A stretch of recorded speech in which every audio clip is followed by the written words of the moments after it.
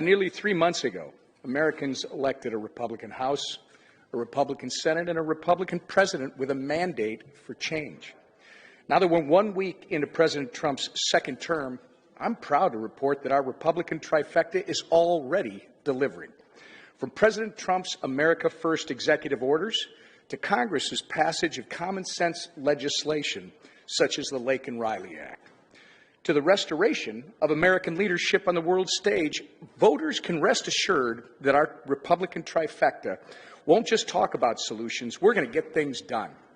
On Monday, our conference had the opportunity to hear from President Trump, as Lisa just mentioned, as he laid out his priorities for the months ahead, including reconciliation. Needless to say, we have a lot of work to do and little time to do it, but this House Republican majority can and will deliver. Why?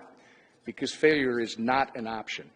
Our leadership team will continue engaging in a bottom-up process on reconciliation to ensure that each and every member's voice is heard and no one's vote is taken for granted. We understand that the American people expect us to work quickly, which is why Speaker Johnson has set an aggressive timeline for passing a budget resolution by the end of February. This will unlock the opportunity for committees to begin drafting legislation, and that's where the real work will begin. In the words of the greatest hockey coach, I would say probably one of the greatest coaches of all time, Herb Brooks, this is our time, this is our moment, and the American people can rest assured that we're going to go out there and we are going to take it. Lastly, I want to address the first ridiculous media hoax of 2025.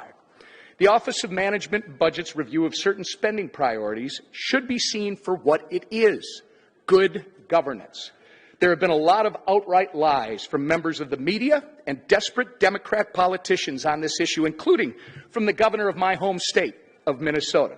But while pathological liar Tim Walz grasps for headlines and reels from his humiliating loss in the election, President Trump is delivering on his promise to ensure your tax dollars are being spent effectively. To be clear, OMB's guidance focuses solely on programs directly impacted by President Trump's executive orders.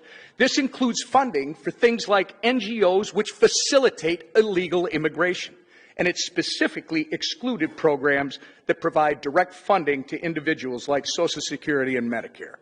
I, for one, am glad to have a president in the White House who is delivering on his promise to get our fiscal house in order as we stare down $36 trillion in debt.